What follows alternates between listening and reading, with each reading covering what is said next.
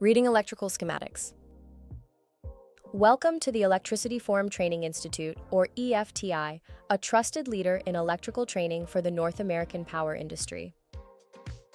Since 1986, we've trained more than 60,000 electrical professionals to work safer, smarter, and in compliance with today's complex North American electrical safety codes and standards. This 12-hour instructor-led training course introduces students to schematic symbols, legends, single-line and three-line diagrams, and the steps for creating, verifying, and maintaining accurate electrical prints. What you'll learn.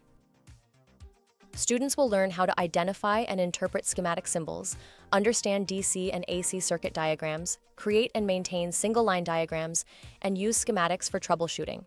The course also covers regulatory requirements, hazard analysis, and practical exercises using sample facility prints.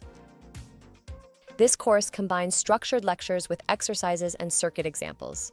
Students gain practical experience in reading, verifying, and applying schematics to ensure safety and regulatory compliance. Who should attend? This course is designed for technicians, engineers, project managers, inspectors, electrical contractors, and plant electricians who need to interpret control schematics and maintain accurate documentation.